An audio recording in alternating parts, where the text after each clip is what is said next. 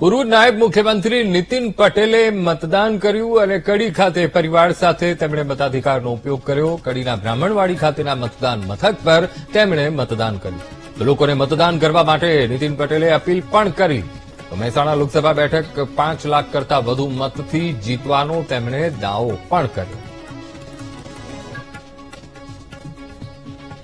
અત્યારે ત્રીજા ચરણનું લોકસભા બેઠક માટેનું મતદાન યોજાઈ રહ્યું છે ત્યારે અત્યારે કડી ખાતે ગુજરાતના પૂર્વ નાયબ મુખ્યમંત્રી નીતિનભાઈ પટેલ પોતાના સહપરિવાર સાથે મતદાન મથકમાં પહોંચી ચૂક્યા છે। તેમણે મતદાન કર્યા બાદ તેઓ આપણી સાથે જોડાયા છે। આપણે તેમની સાથે સીધા વાત કરશું। શું કહેશો સાહેબ, અત્યારે તમે સહપરિવાર મતદાન મથકે પહોંચી મત આપે છે, શું કહેશો? જો એક મતદાર તરીકે અમારા પરિવારની બધાની ફરજ છે કે અમે મતદાન કરીએ।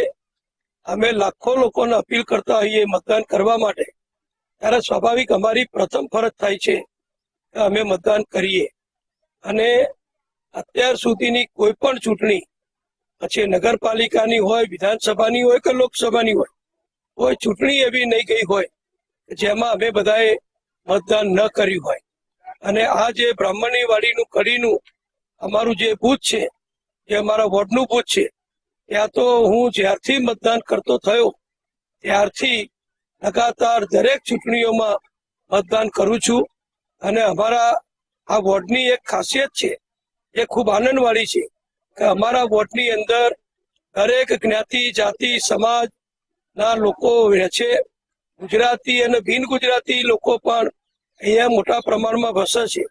પણ દરેક નાગરિકો અમને સહયોગ આપી, અમારા કાર્યકરોને સહયોગ આપી અને દર વખતે સારું મતદાન કરે છે।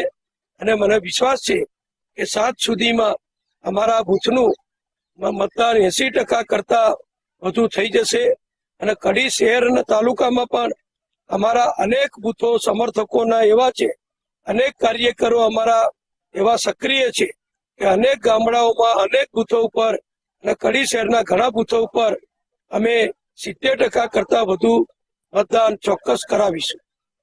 આ વખતે દર વખતની કરતા ગ્રામ્ય કક્ષાએ મતદાન ઓછું થઈ રહ્યું, શું કહેશો? ગરમી છે કે બીજું કઈ કારણ? જો દર વખતે આ જ પેટર્ન હોય છે। લગભગ હમણાં જ માહિતી મળી એ પ્રમાણે મહેસાણા લોકસભા સીટના 7 વિધાનસભા ક્ષેત્રમાં 35% કરતા વધુ મતદાન થઈ ચૂક્યું છે।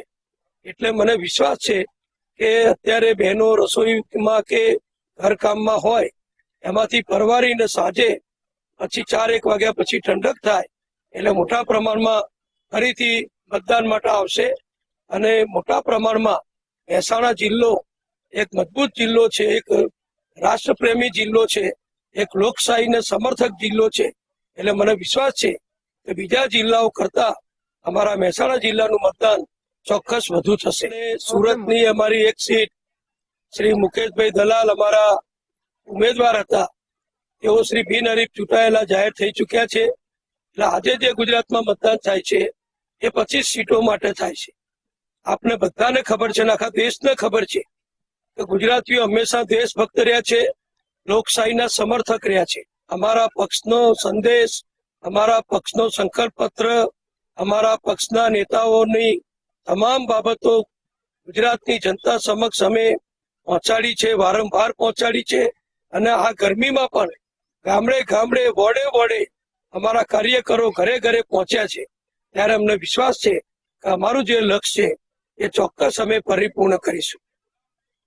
આ હતા ગુજરાતના પૂર્વ નાયબ મુખ્યમંત્રી નીતિનભાઈ પટેલ। તેઓ જણાવ્યું કે અમારું જે 5 લાખ કરતા જે વધારે લીડનો જે નારો છે તે આ વખતે અમે ચોક્કસ પૂર્ણ કરશું। તેમજ જે ક્ષત્રિય સમાજમાં જે રોષ છે તે ક્ષત્રિય સમાજ બહુ વધારે સમજુ છે અને તેઓ ભાજપ તરફી મતદાન કરશે। અને ગુજરાતમાં જે 25 સીટો ઉપર મતદાન થઈ રહ્યું છે તે 25 સીટો ભાજપ જીતશે તેવો તેમણે આશાવાદ વ્યક્ત કર્યો છે। નિસર્ગ પટેલ, VTV ન્યૂઝ, મહેસાણા।